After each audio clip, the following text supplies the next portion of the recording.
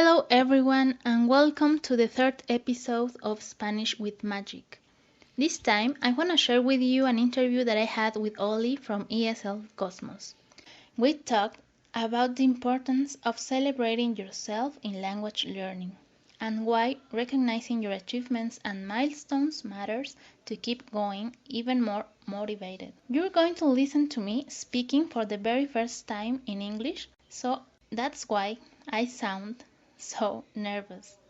It was a big moment for me, so I left the original audio to be aware of my progress and to show you that it is possible to speak your target language even if you don't feel 100% prepared, because that comes later, making the right decisions for your future self. So, here it is the interview. Enjoy it.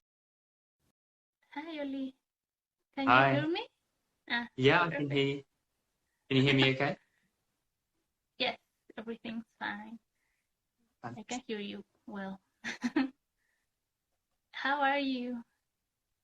I'm good. How are you? Congratulations on getting to 1,000 posts. Thank you. I'm nervous because I'm speaking in English. And you know how Yeah, challenging for me it's to speak in English, but now I have two things to celebrate about.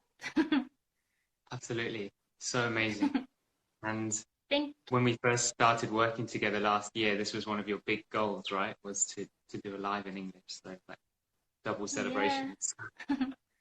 Yeah, it's amazing How, to think that I didn't want to speak in English at all the past year, and now we're speaking live. how amazing. And um, for people who are still struggling, uh, and they're in the position you were like a year ago, what would you say to them? Well, first of all, that found a teacher as good as you, as you are, and the second thing is um, that they have to celebrate themselves because it's a super important point that we're going to talk about that today. Mhm. And thank you for being here in Thanks first for place. inviting me.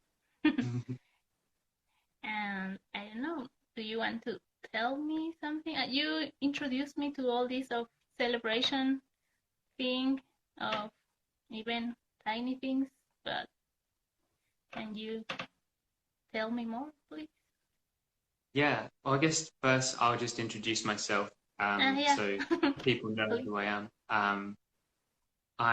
My name's Ollie, and I focused a lot on pronunciation in English last year mainly. Now I help teachers more. That's my focus with their businesses, their online businesses, um, primarily one-on-one. Language teachers of any language, so Spanish, English, Italian, um, and what, yeah, I guess what I think is really important as a foundation when either you're a student studying a language or a teacher stepping into a new role in business is celebrating yourself and creating that good foundation of like self-confidence. There's so many benefits to it. And I think a lot of the time we treat ourselves very badly and the way we talk to ourselves is very negative. So something I really encourage is this, dialogue with your mind to be a bit nicer. And the first kind of point about celebration that I want to talk about is uh, when you do take time to celebrate small things that happen, small wins, whether that's in your language learning journey or your business journey, it kind of locks them in. So you remember them when you look back and you see how far have I come, instead of just seeing like this, kind of vague distance. You see there was a win, and there was a win, and there was a win, and you look back and because you took time to celebrate them, then you have more appreciation for how far you've come. Yeah. Yeah, because we often celebrate only like at the end, the big goal, and in the middle, there's a lot of lack of motivation and uh, struggling in the way. But even with tiny goals, they will help you to be more engaged to your goal and to gain more confidence to achieve the major goal. Yeah. And the more you acknowledge what you're doing, the more you stop saying things like, I don't know where the day went. Because if you say, like, I don't know where the day went, or I don't know where the week went, it's because maybe you're not actually celebrating yourself for little things that you've done, which you didn't even see as like worth celebrating. Mm-hmm. Yeah. So the next point, I think, is about when you start to acknowledge celebrations, like, we obviously do a lot. It's you then notice more. So if you never acknowledge yourself for doing things like, oh, I got that done, well done, or someone signed up, or I've got a new student, and then you really celebrate that, then you start to notice other things that are worth celebrating. But if you never take the time to stop, and as soon as you've finished and you get, something good happens, you just immediately say, well, what's the next thing? What's the next thing? And then you never appreciate. So then you never notice other things that you can celebrate. So the more you celebrate yourself, the more you notice things to celebrate. And the happier you are, the more, really. Yeah, I think it's like a staircase, like the steps, no? And you're little by little advancing. And I remember when we have the lessons, and even when I pronounce well some word, and you told me you have to celebrate, and I was like, for what? It was just a word. But it really helped me, because when I didn't want to do some activity from like homework, and I remember, no, just for today, and I practice, and then it's like a cycle when you can get back to those moments of joy or happiness, or when you notice that you achieve that goal, that tiny goal, that it's like the basis, like you said, the foundation to achieve another goal, maybe bigger, or I don't know. Yeah, but you notice it more, right? You're aware of the thing to celebrate, so then you can move on to the next thing. But if you never take time to actually acknowledge that you've done something worth celebrating, something good, then you just ignore it, and it stops you kind of feeling like you're making any progress. Yeah, and we are used to celebrate only, like, I don't know, birthdays, or like a year, once a year. But even a week, even when you finish your day, you can write what went well in your day, or what of your goals you achieve, and you can celebrate even with I don't know, taking some time for you, or something really simple but meaningful for you. Yeah, absolutely. And that's another way that celebration is really useful, is if you take some time to kind of write out things that you celebrate yourself for. Often we're taught not to, because it's like bragging, and it's maybe seen as like, Mm. not a good thing to do. But really, Mm-hmm. when you celebrate yourself and you take some time to do that and you notice, okay, what did I do well? What can I celebrate myself Mm-hmm. for doing today? And even if it's Mm-hmm. just getting out of bed, if that's something that you've been struggling with. So, but the more that you do that, what really helps as well, especially in, say, for example, with teachers and Instagram, there's lots of other teachers doing similar things, and it can be quite Mm-hmm. easy to fall into that trap of comparison. Yeah. Um, but if you celebrate yourself more, then you actually generate more self-confidence. And the more that you celebrate yourself for, the more you notice you're doing, and then the less you need other people to be like, "Hey, well done." It's like, I know, Mm-hmm. I am celebrating myself. Like, I do, because then other people can knock you down as well. They can be like, "Hey, I really Mm-hmm. didn't like it Yeah. when you did that." It's like, okay, but like I made that decision, so I stand by it. Or Mm-hmm. you have more self confidence, and that's an important thing. Really is. Yeah, I remember you post something about to not compare yourself with other teachers, and I don't know, always feel that you read my man my mind because I always read all your copy, your long copy, but because it's so, I don't know, so specific, and I know it's like in the perfect moment. And you are right, when you celebrate yourself, you only focus on the things that you are doing. It doesn't matter the other people, and Yeah. you can say, well, that was my decision, and it's my path, or I had these goals, and I know that also makes you original Mm. because Yeah. you're only seeing what you are doing. Yeah. Yeah. And it makes you like feel more you as well, right? More authentic. When you Mm-hmm. have a creative idea, it comes to you, you have this great creative idea. Instead of Mm-hmm. trusting it Oh, and yeah. going with it, Mm-hmm. you might look at someone else and be like, oh, no, um, it's too similar to that, or Mm-hmm. they said don't do this, so now I feel like I'm doing it wrong. And then you stop trusting your own creativity. And then that's sad Yeah. because that means like we don't get to see it.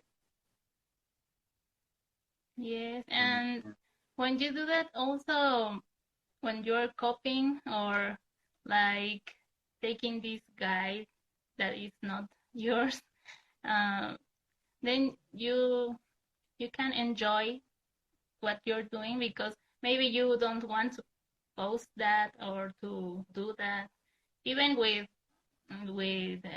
languages, like you see all these techniques and you want to do them all, or you want to stay with one method, and maybe you can learn in another way that it's more, that fits more to you. mm, yeah, Mhm. yeah, and I think that's the beautiful thing about like all these teachers on Instagram. Everyone has their own unique style and their way of uh, teaching, and Mhm. you can really find people who match you. And Mhm. the more people are true to themselves and um, express their own personality on Instagram, uh, the more that you as a teacher will attract people who are, you know, big fans of yours and they really enjoy your stuff because they don't feel like it's a Mhm. copy of someone else. They feel like it's quite Yeah. unique. And if you have a similar story or similar um, personality, then you're really going to resonate with that teacher. And I understand why it's difficult because a lot of the time that means that you have to take a standpoint, and there are going to be people who Mhm. don't like you, or Yeah. don't find your content interesting. But if you're so kind of safe that no one really sees you as unique, then you don't really attract anyone. It's always very random. So I think, yeah, it's harder to do, but it's really important to actually kind of express more of yourself on your page as a teacher. So then people know why you're different or what you like, and then they kind of feel that same connection. And one of the best ways to start doing that is to celebrate yourself and to start generating that self-confidence that, like, it doesn't matter if other people are doing this differently, this is what feels true to me. Yeah, I totally agree. And I also was thinking when of that you said of bragging. When you share your achievements with friends or close people, it's not bragging. I think it's like it's supposed or we're supposed to surround ourselves of people that feel happy with our successes. So Yeah, exactly. it's like creating this web and it helps you to recognize you, and it also may help others to inspire themselves and Yeah. to keep, like this a giant snowball because I remember, well, it frequently happens with a friend of mine, the Javier, that I make the podcast with him, and sometimes he tells me I'm making this new website, and I'm like, yeah, but I don't know, a couple of days later, I like, well, I'm gonna try that because it's I remember. useful. Or when you told me that the thing about the mailings, sending newsletter, and are tiny ideas that you pick up from everywhere, from the environment that you surround yourself. So it helps. It helps you and it helps others. Definitely. And when you have the courage, because you've been celebrating yourself and generating that, confidence and courage, and then you do something, you don't know who you might inspire, especially from your close friends. If you start telling them, I went live in English, when last year you were talking about, that was never an idea, right? When we first started working together, it was like, no way. Yeah. And now you can see, like, okay, this is how far I've come. But then with the self-celebration, you kind of look back and you be like, oh, but that's because I put that work in and I did that scary thing and then I did that scary thing. And then gradually this kind of compound effect leads you here. So you take credit and you take self-responsibility for getting yourself here, bit by bit by bit by bit. And that's huge celebration. Yeah, and when about the I don't know how to say that. The how can I say that? The thing that we're celebrating now, the 1,000 posts. I remember also when I started, I thought, well, I'm just going to post some sayings that my family know, and or maybe if I get 50 followers, or maybe the people won't like it, but I want to do it, and I don't want to do it perfect, because if I get into that, I never gonna post anything.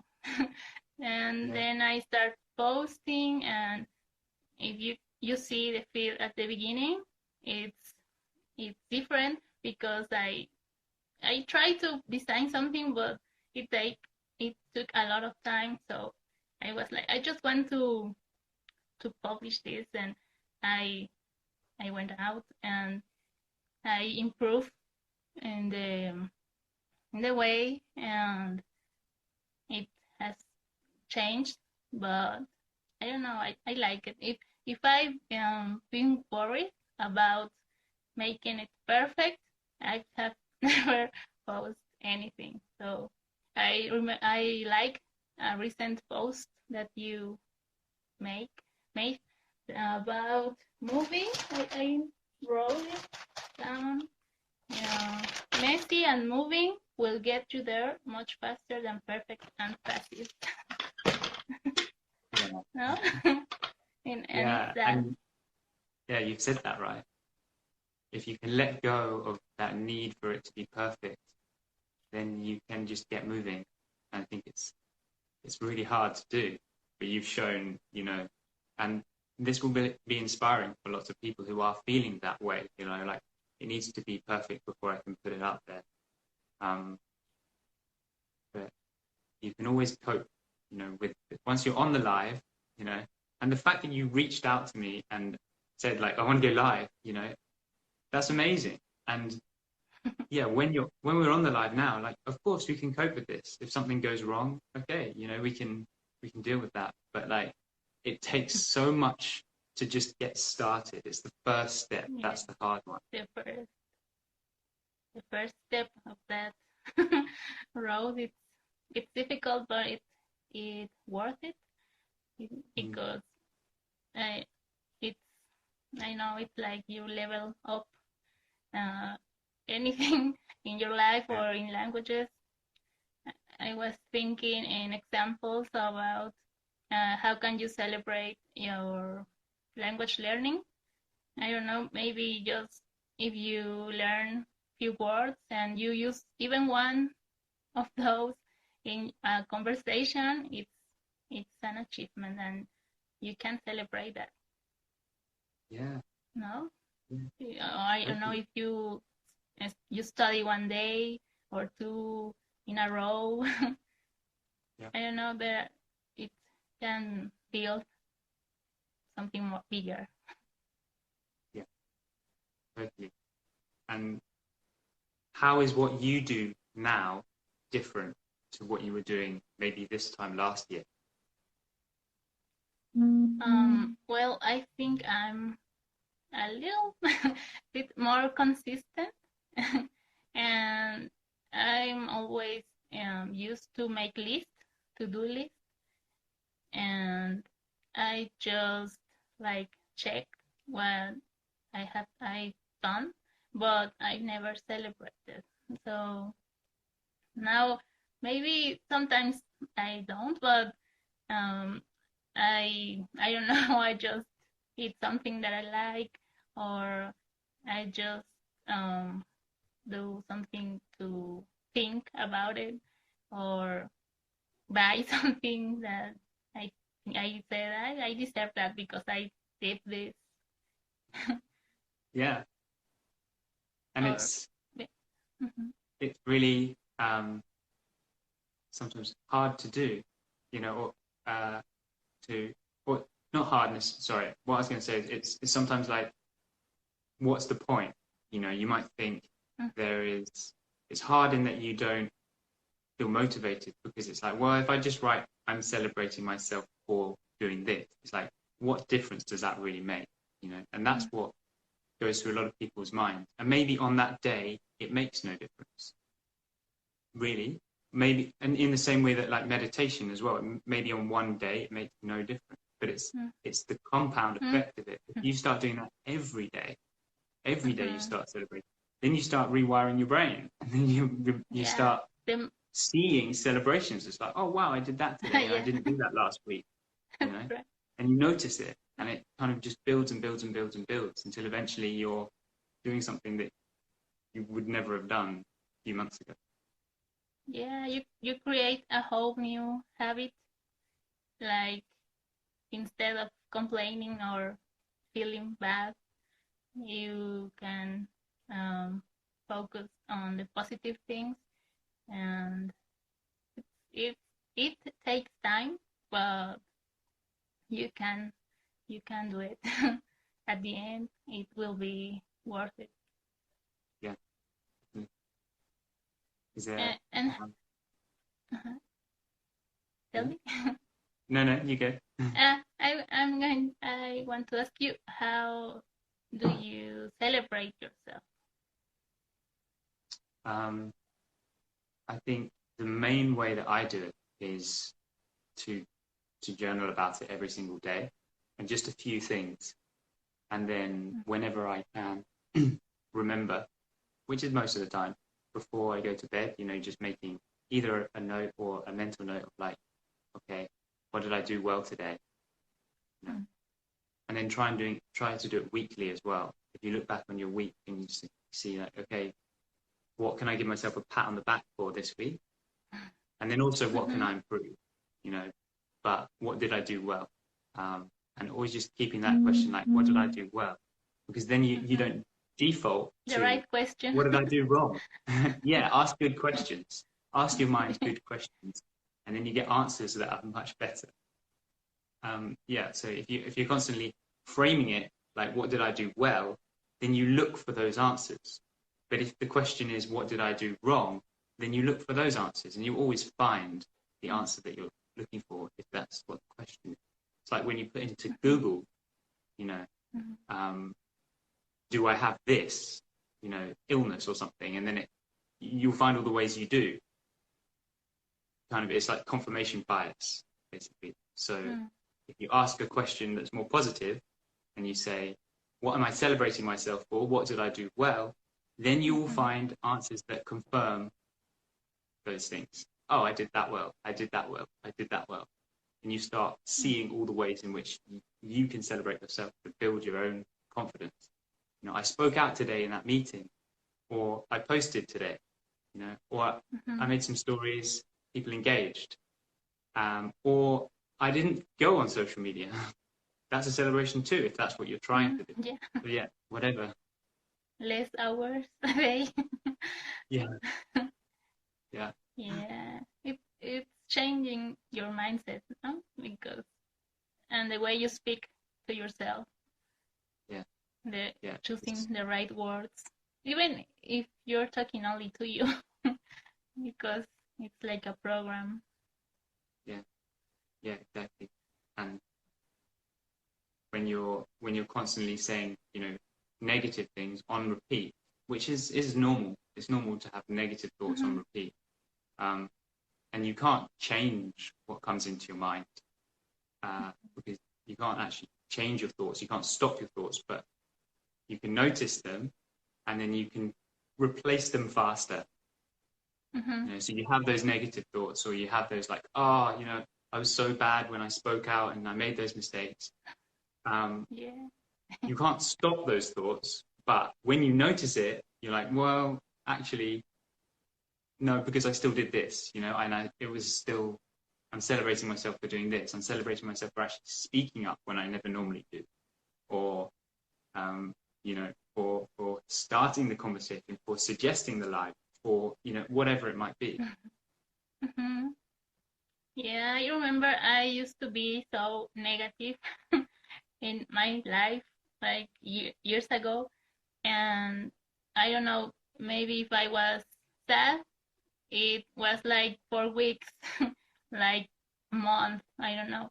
And now I'm working on that, and when I feel sad, it only takes like 2 days or 3, and I like work on that, on myself, on speaking, on remembering how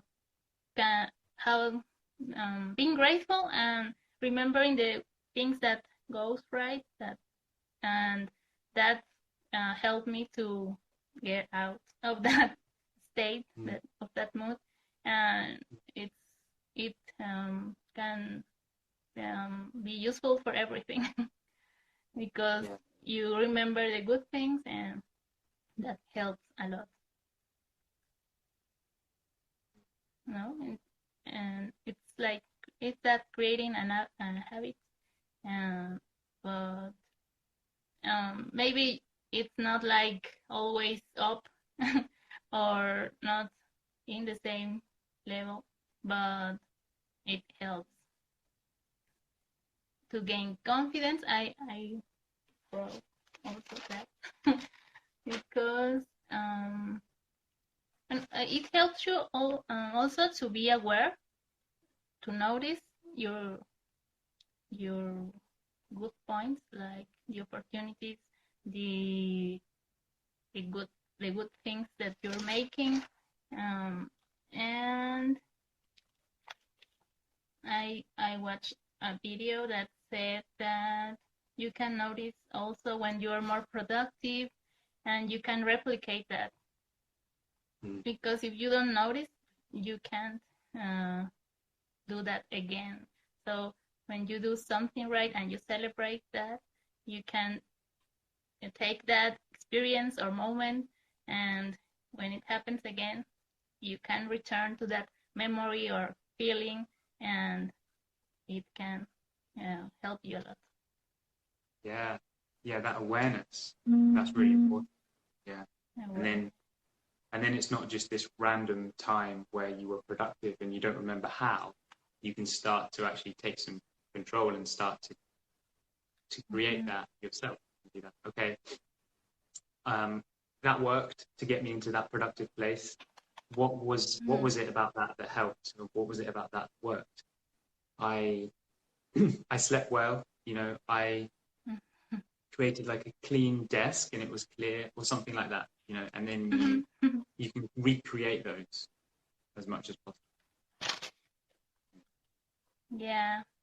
I also, let me see.